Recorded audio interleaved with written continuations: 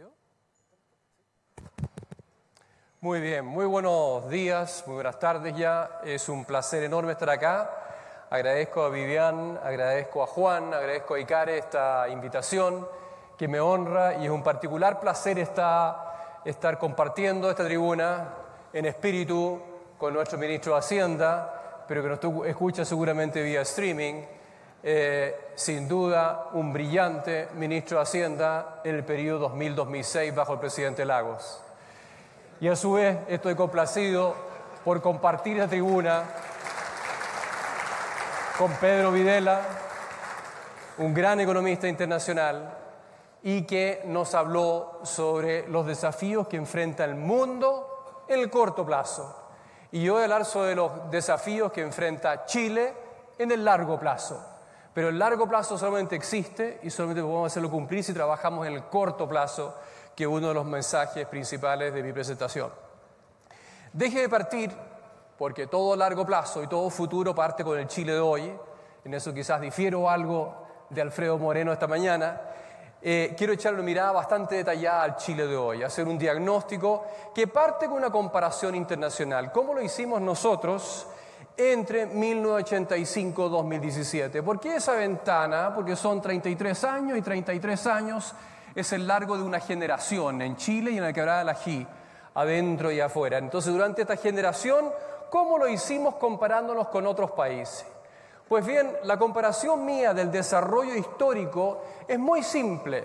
El desarrollo integral, inclusivo, sustentable, al cual hicieron referencia la presidenta, el ministro de Hacienda, Pedro, ¿no es cierto?, tiene muchas dimensiones. Yo solamente voy a referir a dos dimensiones. El PIB per cápita, que es la línea horizontal superior que ustedes están viendo ahí, que parte de $1.000 per cápita en África hasta $100.000 hoy día en algún país exportador de petróleo como Noruega. Y la segunda dimensión es el eje vertical, que es cómo se distribuye ese PIB. ¿Cuál es la distribución del ingreso en cada uno de los países o grupos de países del mundo?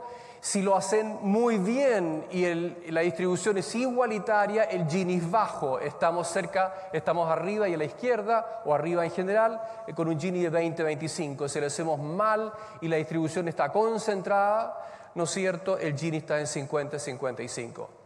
Pues, por tanto, ¿qué países lo hacen bien? Los que están arriba y a la derecha, los que tienen una distribución igualitaria y un alto PIB per cápita. ¿Y cómo lo hicieron los países top 10 del mundo entre el 85 y el 2017 en esas dos dimensiones? Pues, en materia de crecimiento lo hicieron moderadamente bien, creciendo a un crecimiento más o menos del 1% en su PIB per cápita por año en los últimos 33 años. Empeoraron su muy buena inicial distribución del ingreso por los fenómenos de tecnología, por los fenómenos de la competencia con China, como lo explicó muy bien Pedro, ¿no es cierto? Y por tanto el Gini aumentó la concentración. Otro país que es importante mirar es China. China, la flecha es larga y hacia abajo es a la derecha. China creció muchísimo, per cápita a un 7,5-8% per cápita anual en estos 33 años, pero a costa de un empeoramiento brutal, sin precedente histórico en el mundo, de su distribución del ingreso inicialmente casi igualitaria. Lo hizo, por tanto, bajo la égida del Partido Comunista de China. Fue la mayor concentración del ingreso que hizo país alguno en la historia de la humanidad. Finalmente, ¿cómo lo hicimos nosotros? Bueno, nos movimos virtuosamente hacia arriba y hacia la derecha, estando bastante abajito en distribución del ingreso. En la medianía, el PIB per cápita, crecimos en PIB per cápita un 3,5% hasta el 2013 y mejoramos nuestro Gini en 6 puntos, desde 56 puntos el Gini hasta 50 puntos en el cuatrienio 2010-2013. ¿Cómo lo hicimos posteriormente los siguientes 4 años? Apenas se ve en la gráfica. La flecha amarilla casi no tiene largo, no tiene extensión, porque crecimos per cápita apenas un 1% en los últimos 4 años y el Gini mejoró en 1 punto en el último cuatrienio comparado con el cuatrienio previo. Es decir, el avance básicamente no se ha producido en los últimos 4 años. Para mirar en más detalle, miremos la política de estos años y miremos la economía de estos años. En la política, bajo el segundo gobierno de la presidenta Bachelet, Y parafraseando a un expresidente, ¿no es cierto?, que se refirió al crecimiento, no a la igualdad, pero el programa y la ejecución del programa estuvo bajo el lema, comillas, la tarea número 1 es la igualdad, todo lo demás es música. Y ese igualitarismo, a su vez, estuvo asociado a un rechazo a la política de los acuerdos de los gobiernos previos, y partió el programa y luego la ejecución de él con un mal diagnóstico, con malas ideas, un mal diseño y una mala implementación. Y eso significó que las reformas emblemáticas básicamente son reformas fallidas. Fallida no desde el punto de vista del gasto público invertido en ellos, sino que fallida en términos de sus objetivos últimos. A su vez, el gobierno estuvo marcado por improvisación y una falta de conducción en muchos aspectos y dimensiones. No en todas, voy a poner las excepciones un poco más adelante, pero en muchas sí. En el sur, y acá yo parafraseo al exministro del Interior Jorge Burgos, que dice: como Estado hemos fallado. En el sur hay un Estado fallido en la 8ª región, en la 9ª región, en parte de la 8ª, la 10ª, la 14ª, y hay terrorismo, sin duda, como lo ha identificado, ¿no es cierto?, el Poder Judicial y la Fiscalía correspondientemente. Toda esta situación, ¿no es cierto?, ha llevado a una fragmentación de la sociedad que se refleja en un amplio espectro de candidaturas heterogéneas, particularmente heterogéneas en la izquierda, incluyendo a un señor que es un estalinista irredimido, que lamentablemente nos vamos a perder esta tarde en este foro. Por otro lado, estos han sido 4 años, y quizás un poquito antes ya, de escándalos políticos y escándalos corporativos, los corporativos marcados por la colusión y por el financiamiento ilegal / ilegítimo de la política. Todo esto lleva a una erosión de la confianza ciudadana, las instituciones y el respeto por los otros. Pero la institucionalidad general de nuestro país funciona. El Servicio de Impuestos Internos funciona. Muchos servicios públicos funcionan. Más aún, bajo estos 4 años de la presidenta Bachelet, algunas instituciones han sido fortalecidas y muy bien fortalecidas. Hay mucho más transparencia en la organización, la gobernanza y el financiamiento de los partidos políticos gracias a las leyes Engel.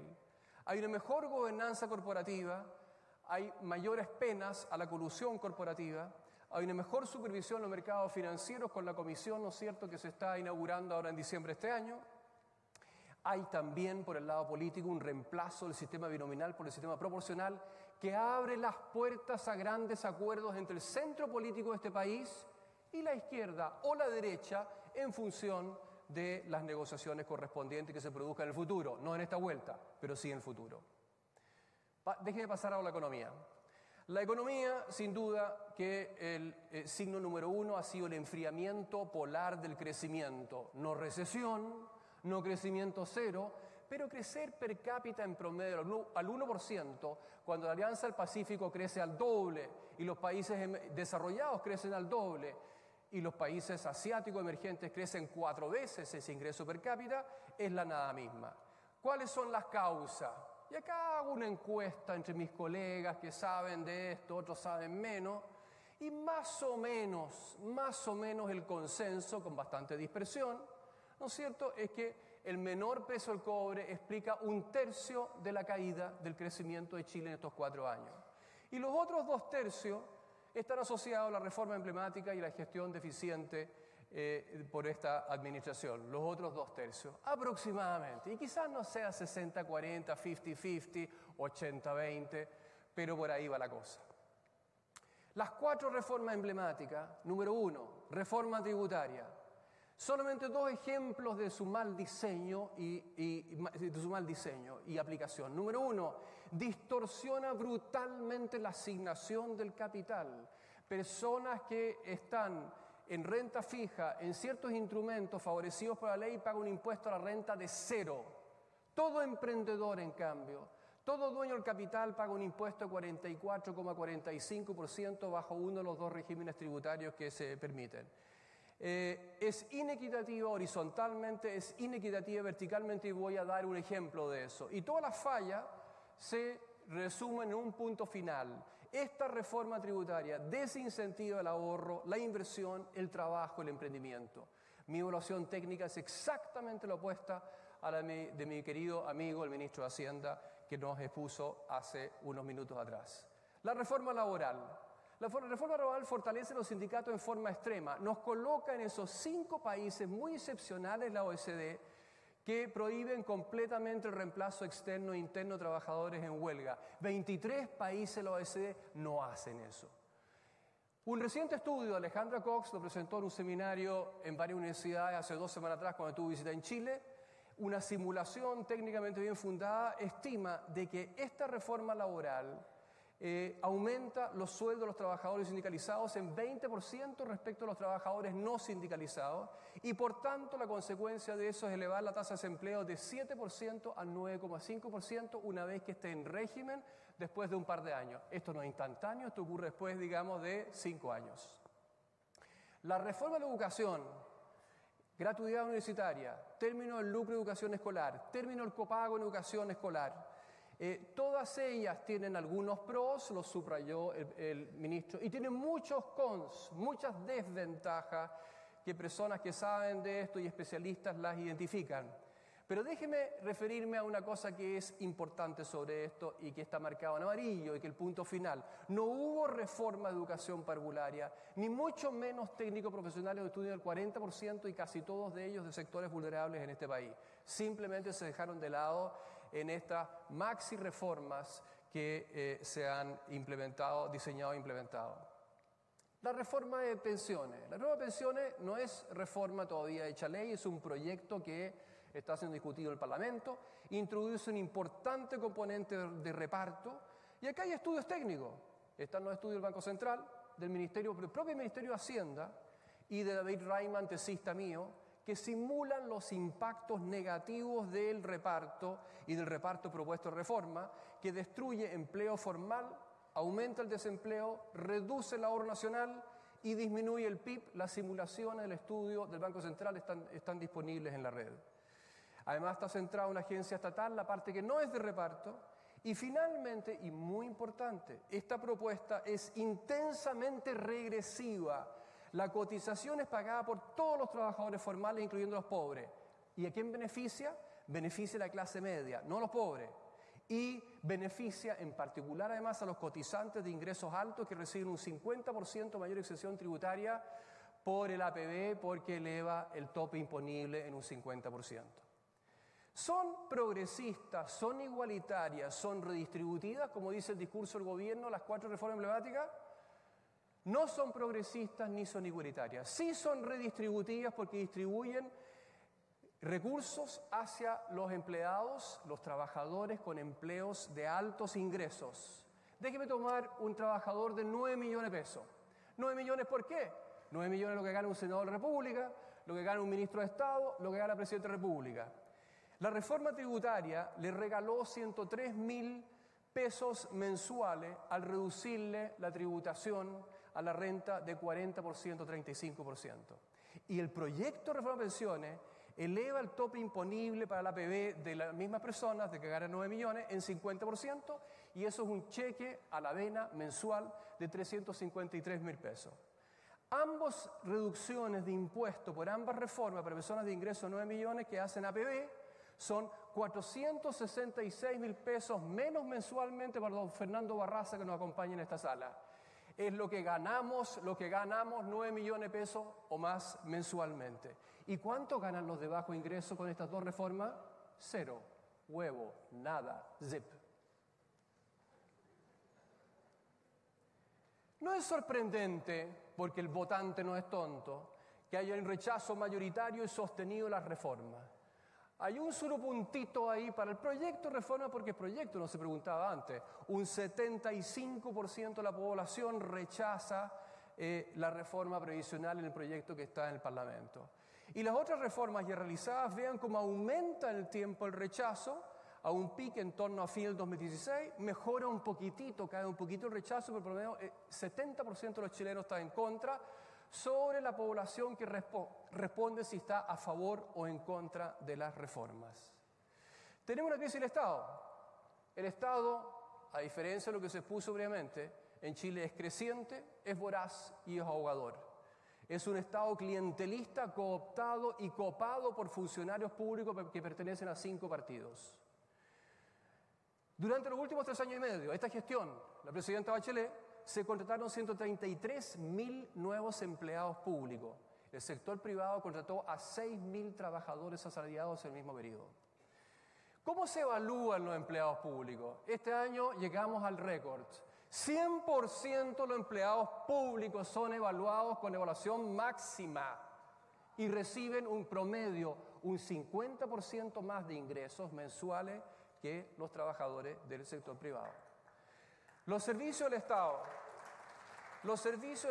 no todo, hay servicios ejemplares, hay servicios muy bien y varios, ¿no es cierto?, directivos de muy buenos servicios están presentes acá, pero hay otros que lo conocemos muy bien, Registro Civil, CERVEL, CENAME, CENAMA y varios acrónimos más, ¿no es cierto?, funcionan no deficientemente, sino que criminalmente o de forma corrupta. El Estado, además, está en expansión, se lo escuchaba la presidenta esta mañana, que está orgullosa porque hay 2 otras universidades estatales nuevas en Rancagua, en Aysén. Quizás Rancagua y Aysén requerían de universidades, pero tenían que ser estatales. ¿No hay otra forma de hacer alguna alianza pública-privada para hacer una universidad? Quizás, nacida de una alianza pública-privada. Hay más empresas estatales, hay universidades, IFT, agencias de servicio público. Nicolás Izaguirre tiene razón. Todavía el tamaño del Estado en Chile, medido por el tamaño de las empresas públicas, es relativamente grande, es relativamente pequeño en contexto internacional, pero es creciente. Y no creo que eso pavimente el camino al desarrollo.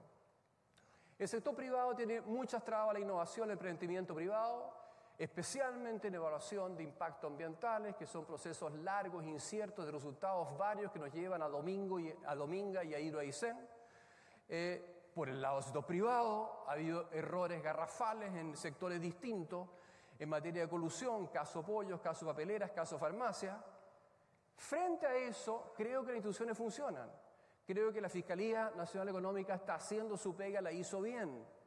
Y el sector privado a su vez reacciona. Alfredo Moreno nos contó cómo reacciona. Hay mejoras en gobernanza corporativa, hay adopción de mejores prácticas. Los mismos gremios, la CPC, la SOFOFA, toman compromisos serios entre sus afiliados y sus socios para mejorar las prácticas internas en las empresas. Pasemos al gasto fiscal. Bajo la presidenta Bachelet, tanto en su primer gobierno como en su segundo gobierno, el gasto fiscal sube varias veces la tasa de crecimiento del gasto fiscal es varias veces la tasa de crecimiento del PIB real. Justificado en casos puntuales. El año 2009 se caía el mundo, recesión en Chile, Velasco expandió el gasto fiscal en más de 10%. Creo que es justificado como política extrema en situaciones extremas. Pero en la norma no, y bajo Bachelet 2 nosotros tenemos un gasto fiscal que crece el triple que el PIB. Financiado parcial, pero solo muy parcialmente por los 3 puntos adicionales que recauda la reforma tributaria. Pero peor que eso es esta lámina que dice lo siguiente: señores, nosotros, bajo el gobierno actual, hemos expandido el triple el gasto fiscal que el PIB y proponemos, todo esto son cifras oficiales de la ley de presupuesto que ahora se discute en el Congreso, y proponemos al siguiente gobierno que se va a beneficiar con un crecimiento que llega hasta 3,5% en 2021, que ese gobierno haga el ajuste, que ese gobierno baje el gasto fiscal de 4,6% este año hasta convergiendo a 2,3%, para que ese gobierno pare la trayectoria insostenible de aumento de deuda pública. La deuda pública, la línea verde, crece del 13% del PIB a fines del 2013 a 24% del PIB a fines de este año estimado, son cifras oficiales de este gobierno en los documentos de la ley de presupuesto. Y le deja la pega al gobierno siguiente hacer el ajuste fiscal, reduciendo a la mitad el crecimiento del gasto fiscal en los años siguientes, y solamente bajo ese supuesto de trabajo, proyección del Ministerio de Hacienda, finalmente la senda de deuda pública PIB se estabiliza en torno al 25%. Percepción ciudadana: la economía está progresando, 24% de población, estancado, retrocediendo, 76% de población. Vamos por buen camino, 25% de los chilenos opina que vamos por buen camino, aproximadamente el 60% estima que vamos por mal camino. Ese es el Chile de hoy. Y en ese Chile de hoy, Y a mí me gusta ver el vaso medio lleno, no medio vacío. Yo creo que hay grandes desafíos. Hay grandes desafíos para hacer las cosas mejor, para hacer mejor la pega. ¿Cuál es el gran objetivo que debería congregarnos a todos, a la izquierda y a la derecha de este país, a los jóvenes y a los viejos? Un Chile integralmente desarrollado y en paz. No lo vamos a lograr el próximo año, no lo vamos a lograr en 10 años, pero en una generación más sí, si es que hacemos bien las cosas desde el día 1, desde ahora. Un Chile en paz hacia el 2050 e integralmente desarrollado. Eso implica, en mi visión, 6 grandes desafíos. El número 1 es un desafío político. En este país hemos dejado de conversar. Las derechas conversamos o conversan raramente con las izquierdas. Los centros, poco. Y por tanto, la tarea número 1 es construir consensos. Pero ¿qué tipo de consenso?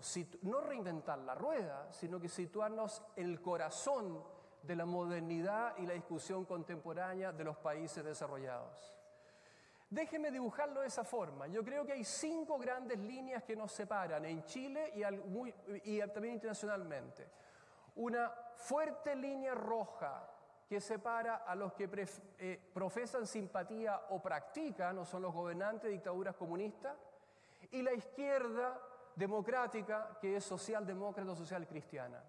Esa fina línea roja o gruesa línea roja se ve en el mundo y también pasa por el corazón de este gobierno. En este gobierno hay personas que anhelan un anhelo de los años 60, que es completar la obra de Salvador Allende, y otros grupos y personas que se declaran demócratas, social cristianos. Una segunda línea completamente distinta es la línea que separa a los populistas, los antiglobalización, los anarquistas. Ahí está, eventualmente, ¿no es cierto?, unidos, curiosamente, un señor Trump con alguien como Podemos en España. Eso los separa de los verdaderos demócratas y de políticas públicas responsables. Una tercera línea marrón es las personas que echan de menos dictaduras pasadas, y eso pasa en nuestro país, y los que hoy día son los gobernantes de dictadura, desde Putin en Rusia hasta Assad en Siria, ¿no es cierto?, de otros signos, que no son signos necesariamente de izquierda, pero que son dictaduras con su gulag rejuvenecido, como el señor Putin, que tiene 600.000 presos en su nuevo gulag. Y eso separa a esas gobernantes y esos países de los liberales o conservadores, de los Tories y de los Labour Parties de países normales como Inglaterra o todos los países desarrollados. Cuarta línea, la línea verde, que separa a los que destruyen el medio ambiente, personas, empresas, países, gobiernos, y los países que practican y perfeccionan la protección del entorno natural. También ahí, por encima de la línea verde, están las personas que reniegan del cambio diplomático y se retiran del acuerdo país como personas y como países. Lamentablemente lo hizo Trump en Estados Unidos. Y una última línea, la línea violeta, que separa a los estados que están o dominados o son practicantes del terrorismo, del narcotráfico, de la delincuencia. Y ahí pasamos en nuestra región, tenemos a Venezuela, tenemos algunas repúblicas centroamericanas, y frente a eso los estados que son verdaderos estados donde rige un Estado de Derecho, con pleno respeto de los derechos humanos, la paz y que practican la no violencia. Dentro de ese gran círculo están los países desarrollados, modernos, contemporáneos, y dentro de ese gran círculo tenemos que centrarnos nosotros. Tenemos que invitar a las personas que no piensan así, que están fuera de ese círculo, en Chile, en forma cotidiana, en el Parlamento, en la calle, en los debates, en los foros como estos, ¿no es cierto?, a conversar y a consensuar que la verdadera política para lograr un Chile en paz y en desarrollo integral y sustentable es la política que está basada en estos 5 pilares que están al centro de este círculo.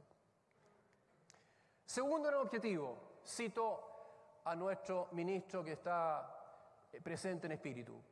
Crecer, crecer, crecer fue la primera palabra que dijo Nicolás cuando asumió, después de la renuncia, o lo que fuera, la salida de Rodrigo Valdés del gabinete.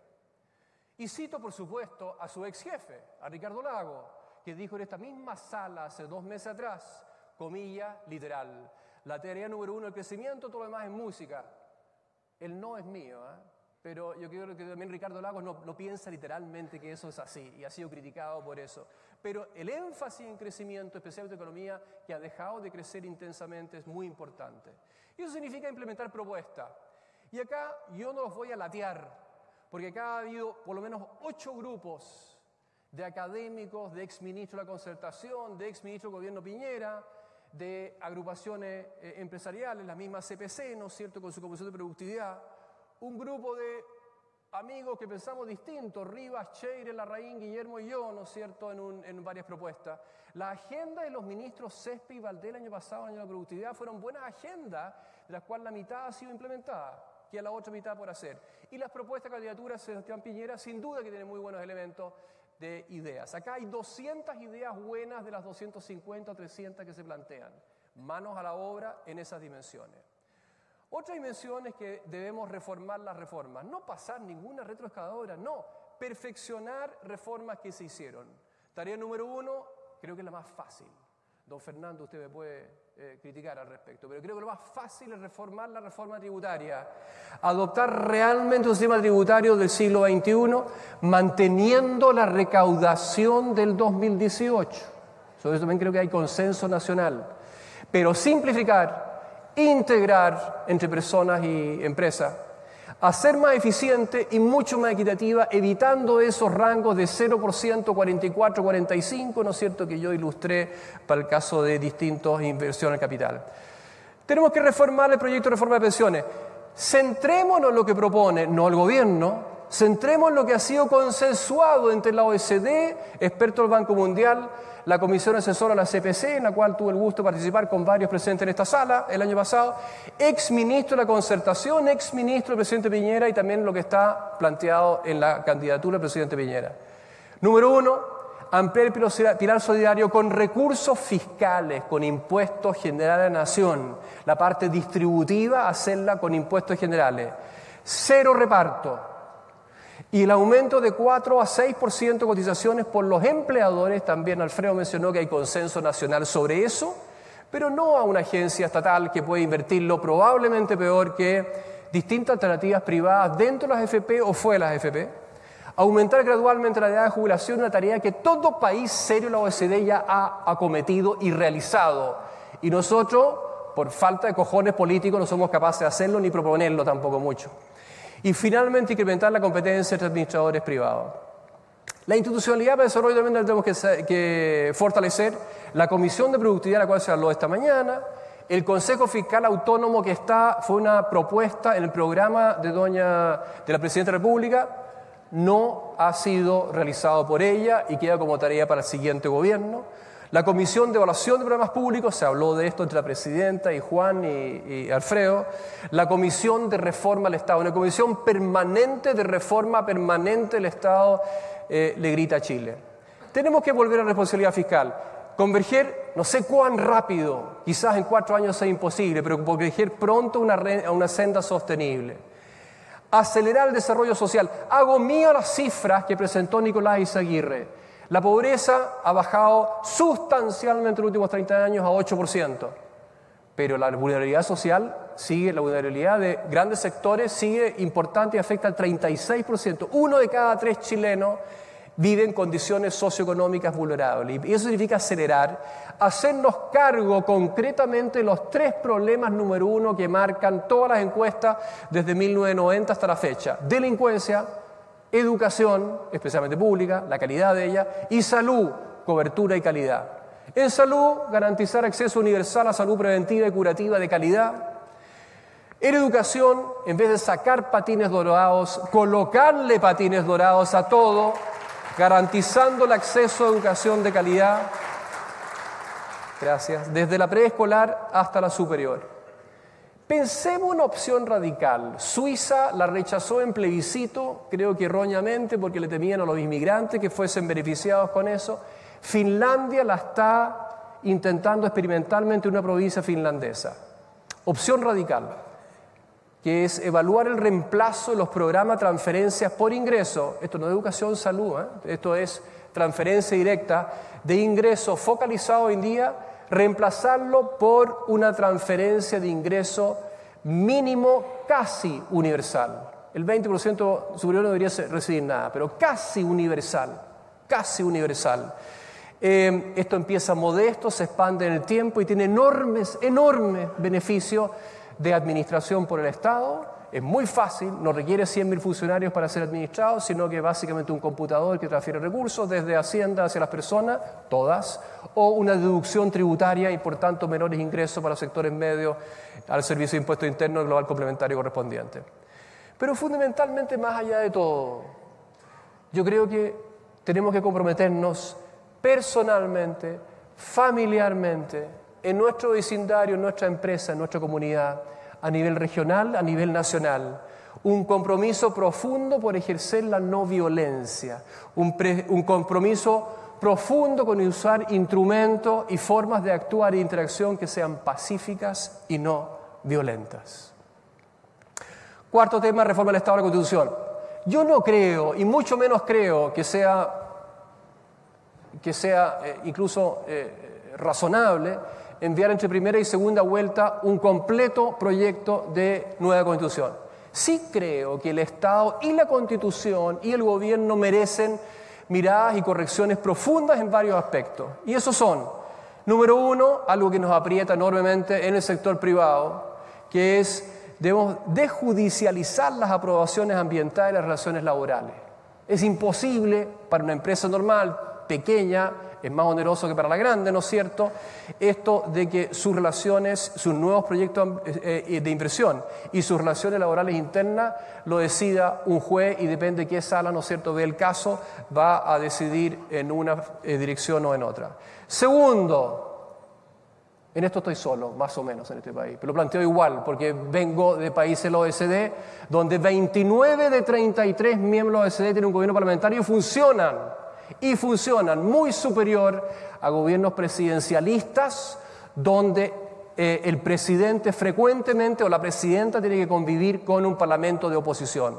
Eso lleva a la inacción, lleva al subdesarrollo, desde Estados Unidos hasta Argentina y Chile.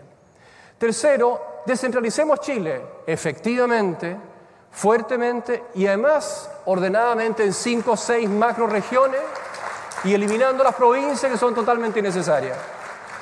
Y finalmente necesitamos revolucionar a la administración del Estado. Nueva Zelanda, Canadá también, Australia son excelentes ejemplos como de un Estado musculoso, relativamente pequeño, eficiente, transparente, no corrupto y que hace bien su pega. Menos grasa, más músculo, un ADP 3.0, privatización parcial de empresas públicas. ¿Cómo le puede hacer mal a Codelco que un 30% de sus acciones se coloquen entre sus trabajadores, parcialmente subsidiados, no tengo ningún problema, y entre accionistas que compren las acciones en bolsa? ¿Cómo le va a hacer mal a Codelco con 70% permaneciendo de su control del Estado? Quinto desafío, proteger el medio ambiente, recursos naturales y calidad de vida. Chile tiene tareas enormes que hacer. ¿Se ha avanzado bajo este gobierno? Sí. ¿Se ha avanzado bajo gobiernos anteriores? Sí. Pero a un ritmo todavía muy cansino. En varias dimensiones. Tenemos que educarnos más en la práctica de la protección ambiental y el reciclaje. Tenemos que elevar, aunque políticamente sea costoso con los camioneros, y lo digo explícitamente, aunque nos cueste una huelga de camioneros, tenemos que subir en 4 veces el impuesto específico al diésel y más o menos en 3 veces el impuesto específico a la gasolina porque poluyen como mala cabeza, envenenan a nuestra población en todo Chile. Proteger la flora y la fauna nativa que están francamente en desprotección creciente en muchos lugares de Chile, no solamente en Torre del Paine. Fomentar áreas protegidas, tanto las estatales, extender los parques nacionales, la presidenta ha extendido en varias dimensiones y en magnitudes importantes los parques nacionales de Chile. Hay que seguir en esa línea y ciertamente tenemos que fomentar las áreas protegidas privadas que son crecientes pero que no tienen ningún amparo, ningún beneficio los privados para hacer reservas privadas que les sirven a todo el país y además contrarrestan los efectos del cambio climático. Integrarnos más intensamente al mundo es la tarea sexta y última. TPP 2.0 después que Trump nos cancelara esto, pero la tarea está ahí, el trabajo ha sido hecho, tenemos que revisitarlo y ciertamente la cumbre de APEC, ¿no es cierto?, que se va a celebrar en Chile en 2 años más, que es una gran tarea para el próximo gobierno, para el sector privado, este va a ser un tema importante. Fortalecer la Alianza del Pacífico y hacer lo que dijo la presidenta esta mañana y alguien más, ¿no es cierto?, que es unirnos con like-minded nations hacia el occidente y hacer una unión económica transpacífico. ¿Qué significa eso en buen chileno?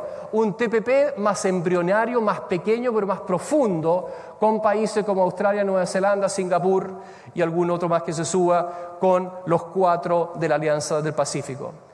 Tenemos que adoptar una ley de inmigración moderna. La inmigración de facto hoy día de trabajadores no calificados que huyen de sus países porque son perseguidos en Venezuela o son refugiados económicos, los colombianos y los de otros países cercanos, ¿no es cierto?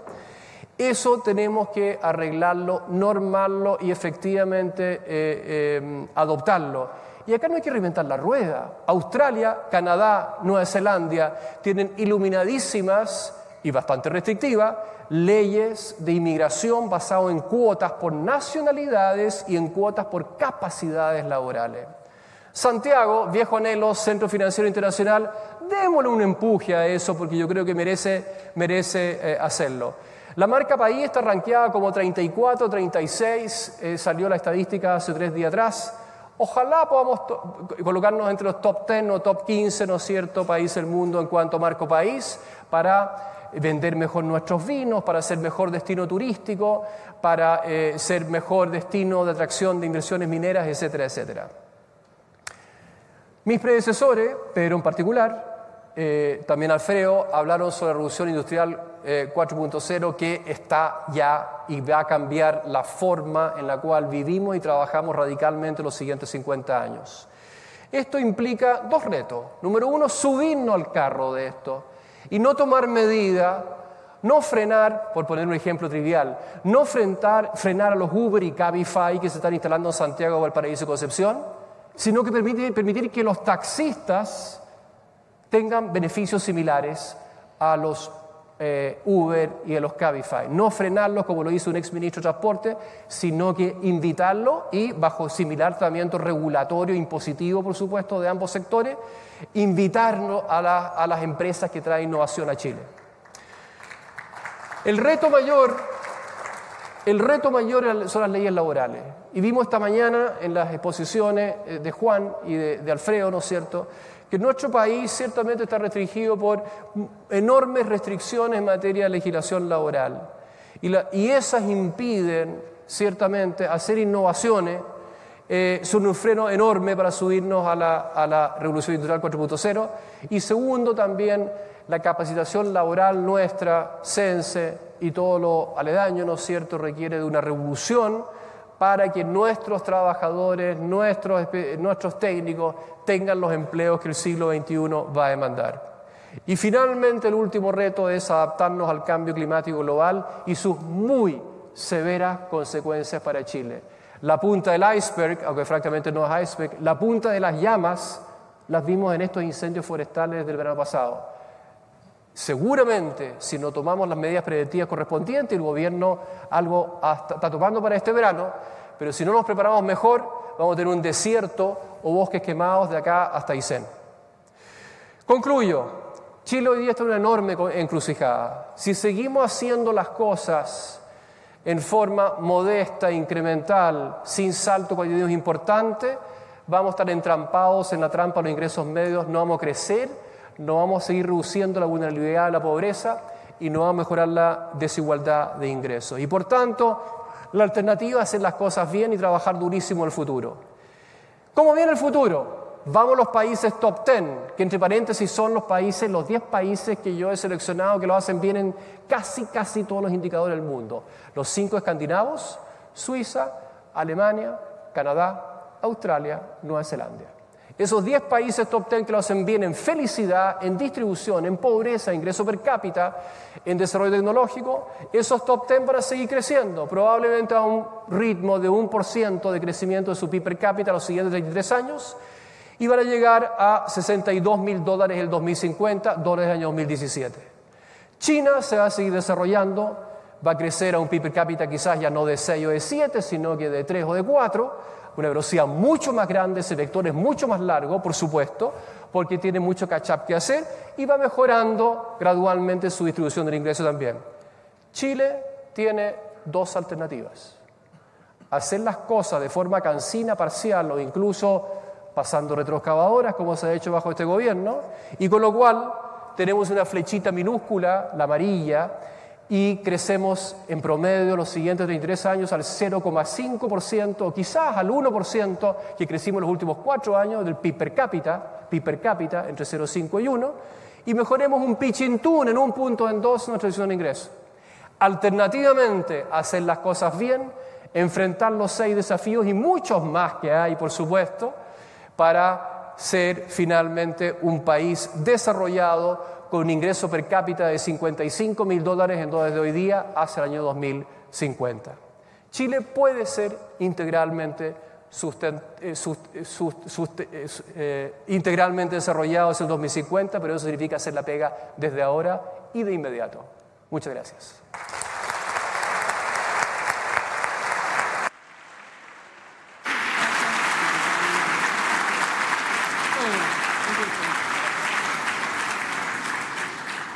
Vamos a hacer ahora un break. Les pido que sean muy puntuales. En 10 minutos más estar de vuelta. Quiero recordarles que se les envió un correo para que ustedes hagan una evaluación de este evento. Lo pueden hacer contestando ese mismo correo. Y finalmente quiero decirles que el próximo panel se va a desarrollar en 10 minutos más. Ya estamos un poco atrasados, así que les pido que sean puntuales. Muchas gracias. Café rapidito. Muy bueno. Su atención, por favor. Le solicitamos colaboración y hacer ingreso al salón al primer llamado. Solicitamos colaboración y hacer ingreso al salón al primer llamado. Muchas gracias.